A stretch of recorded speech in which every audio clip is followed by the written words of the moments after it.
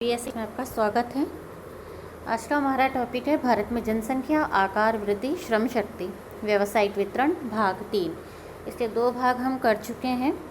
ये द्वितीय वर्ष का द्वितीय प्रश्न पत्र है। तो आगे चलते हैं हम इसमें। भारत में जनसंख्या का आकार, ऐतिहासिक समीक्षा। अगर हम इस टेबल को देखें तो टेबल देखने से आप देखिए, इसमें 1901 में हमारी जनसंख्या 23.8 यानी 23 करोड़, ठीक है। 1911 में 25.2 करोड़, 21 में 25.1 करोड़, 31 में 27.9 करोड़, 51 में 36.1 करोड़, 71 में 54.8 करोड़। आप देखिए 36.1 करोड़ से 54.8 करोड़ में 20 सालों में हमारी जनसंख्या में कितनी वृद्धि हुई है।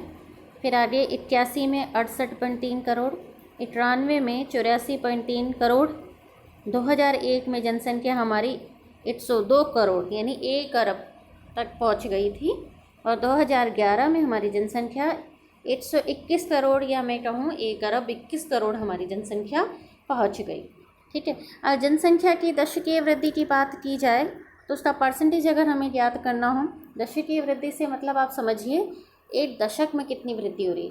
एक दशक यानी 10 वर्षों में कितनी वृद्धि हो रही है। तो अगर हम ये देखें तो उपरोक्त सभी वर्षों में आप ये देख सकते हैं कि जो आपकी ये जनसंख्या है ये देखिए बढ़ रही है। प्लस का मार्क है, ये प्लस के मार्क सब बता रहे हैं कि जनसंख्या में बढ़ोतरी हो रही है, ठीक है।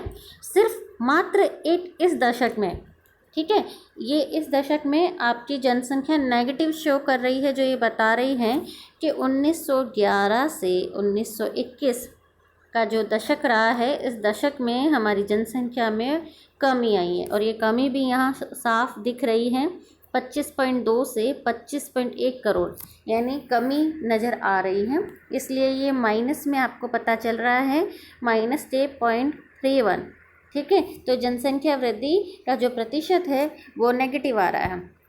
पॉजिटिव का मतलब तो बढ़ ही रहा है, ठीक है, नेगेटिव का मतलब गिर रहा है। अब आप इसमें एक और चीज़ देखिए, जनसंख्या में वृद्धि जो हो रही है वह लगातार बढ़ ही रही है। 11 से 14, 14 से 13, फिर 21, 21.64%, फिर है 24.80%, फिर 24.6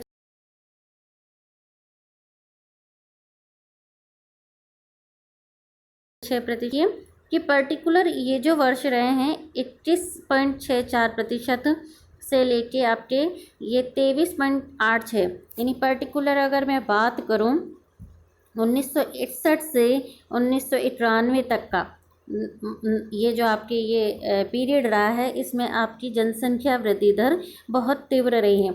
इसमें भी अगर हम ख़ास तौर पे बात करें तो आपके 1961 से 1971 का दशक, पर्टिकुलर ये दशक, और 1971 से 1981 का दशक, और 1981 से 91 का दशक, इनमें आप ग्रोथ में देखिए नंबर 1 पे ये हैं 24.80, नंबर 2 पे 24.6, और नंबर 3 23.86, यानी ये जो 3 दशक रहे हैं, ये 3 दशक आपके जनसंख्या विस्फोट की स्थिति कहलाती है। इसको टेबल को हम देख के ये अंदाज लगा पा रहे हैं। अब आप इसमें देखिए कि जनसंख्या आपकी वृद्धि तो हो रही है, लेकिन वृद्धि दर में कमी आई है। 23 से हम 21 यानी वृद्धि दर कम हुई है, ठीक है, लेकिन जनसंख्या बढ़ी है। आप इसी के साथ में देख सकते हैं 84.3 करोड़ से बढ़कर 102.87 करोड़, ठीक है। तो ये है, तो यानी वृद्धि दर कम हुई है, लेकिन हाँ जनसंख्या बढ़ी है। फिर आगे देखिए 17.7%, यानी वृद्धि दर में कमी आई है लेकिन जनसंख्या बढ़ रही है, क्योंकि प्लस का मार्क है ना, इससे आप पता लगा सकते हैं। इसके अलावा अगर आप देखें जनसंख्या में वार्षिक वृद्धि दर की बात करें, वार्षिक वृद्धि दर का मतलब एनुअल है ना, आप ईयर टू ईयर देख रहे हैं। अब यहाँ पहले हम दशकीय वृद्धि दर देख रहे थे, अब हम वार्षिक वृद्धि दर की बात कर रहे हैं। वार्षिक वृद्धि दर की अगर हम बात करें तो आप ये देखिए सिर्फ मात्र 1911 का जो ये पीरियड बताया जा रहा है, आपके 1911 का नहीं, सॉरी, आपके ये जो पर्टिकुलर आपका ये जो टाइम पीरियड है 1921 का, 1921 में आपकी ये दशकें भी कम माइनस में रही हैं और वार्षिक वृद्धि दर भी आपके माइनस में रही है, जो ये दिखा रही है कि 1921 का जो दशक था, 1911 से 1921 तक का जो दशक था आपका, इस दशक में वार्षिक, या आप कह सकते हैं 1911 से 1921 का जो ये दशक रहा, इसमें आपकी जनसंख्या में कमी आई है। जनसंख्या वृद्धि की स्थिति नहीं रही है। वार्षिक वृद्धि दर में भी कमी आई है, दशकीय वृद्धि दर में भी कमी आई है। इसके अलावा आप देखिए कि हर एक साल की जनसंख्या बढ़ रही है। देखिए जनसंख्या का ये जो वर्ष है, दो पर्टिकुलरली 2.22%, हाँ ठीक है। यहाँ ये कौन से ईयर में है, अगर हम देखते हैं यहाँ पे, तो आप ये देख सकते हैं, ये दशक रहा है 81 का, ठीक है। 81 में आपके ये स्थिति आई है। जनसंख्या की वृद्धि, वार्षिक वृद्धि दर भी काफ़ी अधिक रही है। इसके अलावा दूसरा आप देख सकते हैं 71 के समय में भी आपके 2.20 की बढ़ोतरी, मानी वृद्धि दर बहुत ज़बरदस्त रही है, ये आप ये देख सकते हैं। इसके अलावा आप ये देखिए 91 में भी आपकी जो जनसंख्या वृद्धि दर वार्षिक रही है 2.84%। दशकीय वृद्धि भी ज़्यादा बता रही है और वार्षिक वृद्धि दर भी ज़्यादा बता रही है। इसके बाद में देखिए 91 के बाद में जनसंख्या की वार्षिक वृद्धि दर में कमी आई है। बढ़ तो रही है लेकिन वार्षिक वृद्धि दर में कमी आई है, जो कि दिख रही है साफ टेबल देखने से 8.93%, और 2011 में ये और कम होकर 8.76% आ गई है, ठीक है। तो टेबल देखकर हमें पता चलता है भारत की जनसंख्या के बारे में एक अच्छा हमें खाका हमें पता चल जाता है। मैं आप लोगों को सलाह दूंगी कि आप चूँकि अपने उत्तर में ज़्यादा से ज़्यादा डाटा को एज ए इनपुट इस्तेमाल कीजिएगा, क्योंकि ये नंबर गेन करने में काफ़ी आपको हेल्प करेंगे।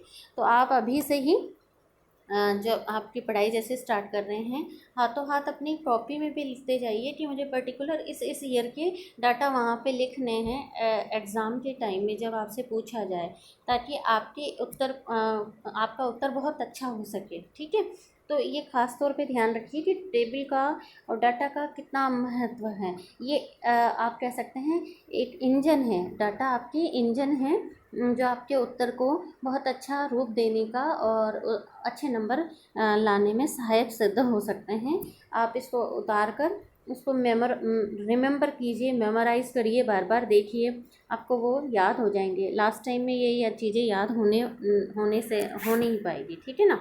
अब अगर हम बात करें भारत की जनसंख्या की, अगर बात करें तो 2025 तक भारत की जनसंख्या 136 करोड़ और इसके 162 करोड़ पहुंचने की संभावनाएं हैं, अगर ये इसी तरीके से बढ़ रही हैं, और ये जनसंख्या चीन से भी आगे निकल जाएगी, ठीक है। जनसंख्या की तीव्र वृद्धि की अगर हम बात करें तो मैंने ये आपको टेबल देख के बता ही दिया है। जो भी मैंने टेबल में आपको बताया वो सारा इसमें लिखा हुआ है, आप इसे पढ़ सकते हैं।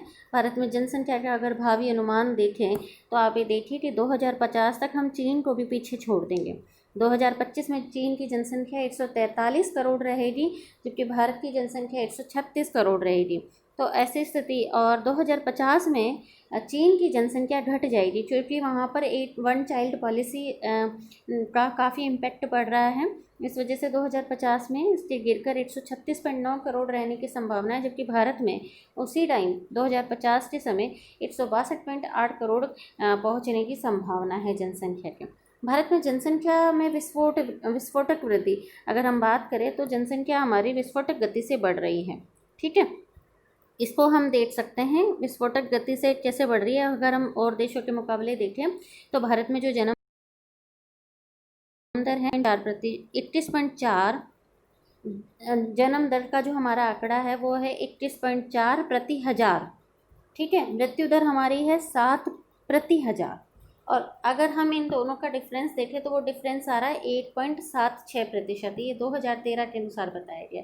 आप और देशों का कंपैरिजन करके देख सकते हैं बहुत अच्छे से कि और देशों में जन्म दर काफ़ी नीचे है, मृत्यु दर लगभग भारत की और देशों की लगभग समान ही है, लेकिन जन्म दर काफ़ी नीचे है। इस वजह से वहाँ पर जो वार्षिक वृद्धि दर है जनसंख्या की वो तीव्र नहीं है। भारत की ही इकाई अंक से ऊपर जा रही है जनसंख्या, जबकि और सभी की आप देखिए इकाई से नीचे नीचे ही है। इस प्रकार जनसंख्या में विस्फोटक वृद्धि होने का कारण यही है कि भारत की जन्म दर बहुत ऊंची है, जो कि आप साफ देख रहे हैं 21.4%, और मृत्यु दर काफ़ी नीची है। इस वजह से हमारे क्या सर्वाइवल रेट बहुत ज़्यादा है, या जीवन दर हमारे बहुत ज़्यादा है, जो कि आप इस टेबल को देख के अंदाज़ा लगा सकते हैं। भारत में जनसंख्या में विस्फोट एवं तीव्र वृद्धि के कारण, ये आपको इसमें कारण दिए गए हैं कि जनसंख्या में तीव्र वृद्धि, विस्फोटक वृद्धि के कारण क्या है, इन्होंने पॉइंट दिए हैं। ऊंची जन्म दर वाले कारण, मृत्यु दर घटाने वाले कारण, राजनीतिक कारण वाले कारण। आप इन पॉइंट्स को एक बार समझ लीजिएगा। उष्ण एवं गर्म जलवायु, हमारी जलवायु चूँकि थोड़ी गर्म है, इसका बहुत इम्पैक्ट पड़ता है। गर्म जलवायु होने के कारण युवक युवतियों का जो शरीर है वो बहुत जल्दी परिपक्व हो जाता है, और ये गर्म जलवायु स्त्रियों की प्रजनन शक्ति को भी बढ़ाता है। इस वजह से दाम्पत्य काल में अधिक संतान उत्पत्ति होती है। ठीक है, यानी जलवायु का बहुत बड़ा इम्पैक्ट इसमें पड़ रहा है। आगे देखते हैं विवाह की अनिवार्यता। ये पॉइंट्स ऐसे हैं जिन्हें बच्चों आप खुद रीड कर लीजिएगा। ठीक है, बाल विवाह, बहु विवाह, धार्मिक अंधविश्वास, संयुक्त परिवार प्रथा, आवास की समस्या, मनोरंजन के साधनों का अभाव, आर्थिक दरिद्रता अपने आप में जनसंख्या को बढ़ाती है। ये क्यों? क्योंकि जब परिवार में एक सदस्य आता है तो सब ये सोचते हैं कि वो काम करेगा और हम इससे हमारी गरीबी दूर होगी। बट ये भी देखना चाहिए कि अगर वो जन्म ले रहा है तो साथ में उसके भरण पोषण की भी तो समस्या रहेगी। लेकिन अधिकतर परिवारों में जनसंख्या इसीलिए बढ़ रही है, आप स्पेशली गरीब परिवारों में ही देखिए, जनसंख्या ज़्यादा इसीलिए है क्योंकि आर्थिक सहायता मिल जाती है नए व्यक्ति के आने से, जब वो काम पे लगेगा। स्त्रियों की आयु अधिक है, इसका भी बड़ा इम्पैक्ट है। अशिक्षा एवं अज्ञानता, ठीक है, परिवार नियोजन के प्रति उदासीनता, सामाजिक सुरक्षा का अभाव, भाग्यवादी दृष्टिकोण, बड़े परिवार की इच्छा। आप इन पॉइंट्स को इसमें डिटेल मैंने आपको ये दे दिया है, तो आप इसे देख लीजिएगा। जैसे शिक्षा, भाग्यवादी दृष्टिकोण, ये सारे पॉइंट्स इसमें दिए हुए हैं, तो आप इनको एक बार रीड आउट कर लीजिएगा। ठीक है, और मृत्यु दर में कमी लाने वाले कारण, चिकित्सा स्वास्थ्य सेवाओं में सुधार, आर्थिक स्तर में सुधार, महामारियों में अकाल मृत्यु पर नियंत्रण, औसत आयु में वृद्धि, स्वास्थ्य में सुधार। ठीक है, जनसंख्या में वृद्धि के राजनीतिक कारण, शरणार्थियों का आवागमन, प्रवासी भारतीयों, परस्पर विरोधी प्रचार, परिवार नियोजन में शक्ति प्रयोग से सत्ता पलटने का भय। आपको ध्यान हो, इंदिरा गांधी के कार्यकाल के टाइम में अनिवार्य नसबंदी को स्टार्ट किया गया था। इस कारण इंदिरा गांधी को अपने दूसरे टर्म में हार का भी सामना करना पड़ा था। तो इसको हम अनिवार्य नहीं बना सकते भारतीय परिस्थितियों में, क्योंकि कोई भी पार्टी सत्ता खोना नहीं चाहती है, इसलिए इसको ऐच्छिक बनाने की वजह से जनसंख्या बढ़ रही है। जबकि चाइना में ये चीज़ें कंपलसरी है, इस वजह से वहाँ ये रिज़ल्ट बहुत अच्छा आया है। ठीक है, तो आप ये सारी चीज़ें इसमें अच्छे से देख लीजिएगा, कारण प्रश्न में पूछ भी लिया जाता है कि जनसंख्या वृद्धि के कारणों के बारे में। ठीक है, आगे हम चलते हैं। जनसंख्या वृद्धि, भारतीय जनसंख्या का भौतिक वितरण, चूँकि भारत विविधताओं वाला देश है और जनसंख्या में भी विविधता है। वीरान सुनसान जगह पे जनसंख्या कम है, लेकिन मैदानी भागों में जनसंख्या आपको अधिक मिलेगी। इसी प्रकार उपजाऊ भूमि में जनसंख्या अधिक मिलेगी, अनुपजाऊ भूमि में कम मिलेगी। इसके अलावा जनसंख्या में भी अपने आप में विविधता है। हमारे यहाँ पुरुष आबादी अधिक है महिला आबादी की अपेक्षा। इसी प्रकार अनपढ़ जनसंख्या का बाहुल्य है हमारे यहाँ पे। ठीक है, जनसंख्या का घनत्व भी समान नहीं है और विभिन्न आयु वर्गों में भी जनसंख्या का वितरण असंतुलित है।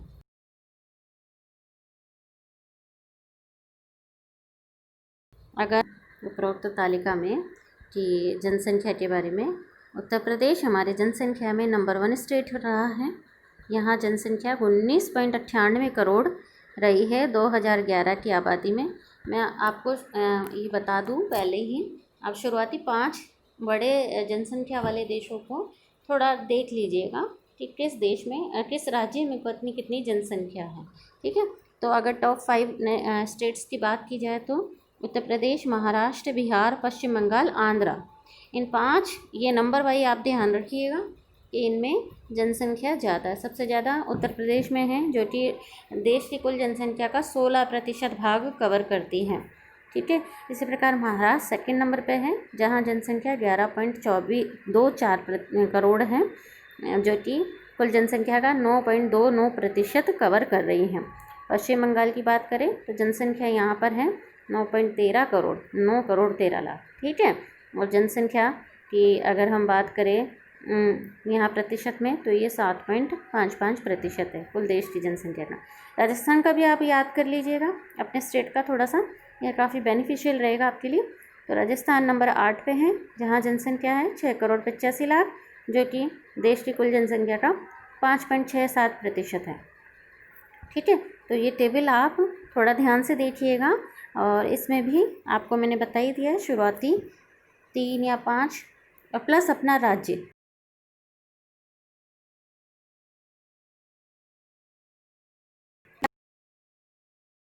शो हो रही है, ठीक है। आगे चलते हैं। जनसंख्या नई, ये जो आपकी नई टेबल है, इस टेबल में आपके 28 जो राज्य और केंद्र शासित प्रदेश दिए हुए हैं उसमें क्षेत्रफल, जनसंख्या तथा साक्षरता का प्रतिशत दिया गया है। आप इन्हें एक बार देख लीजिएगा, ठीक है।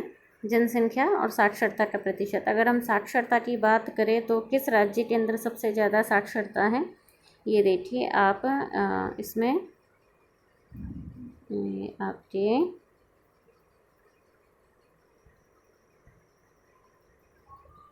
केरल में सबसे ज़्यादा साक्षरता का प्रतिशत है, देखिए ना 94% केरल के अंदर सबसे ज़्यादा है। राजस्थान का देखिए, राजस्थान है 66% जनसंख्या का, ठीक है।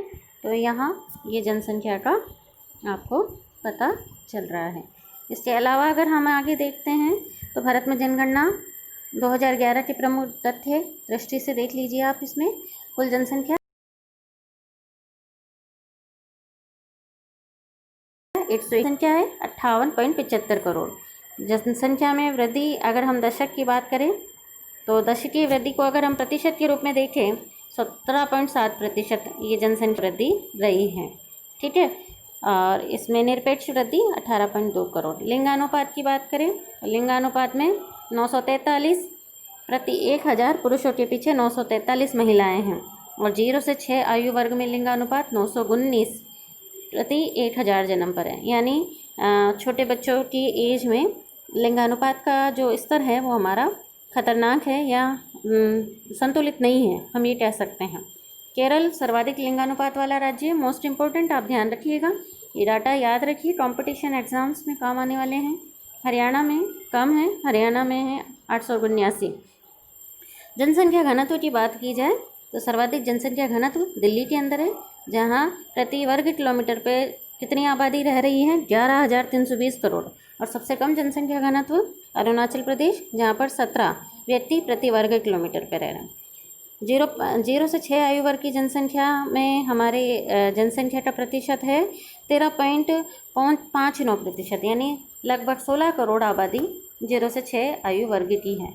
साक्षरता का औसत प्रतिशत हम देखते हैं 73% है देश की कुल साक्षरता स्तर, जिसमें पुरुष साक्षरता आपके 80% है लगभग, महिला साक्षरता 64% है।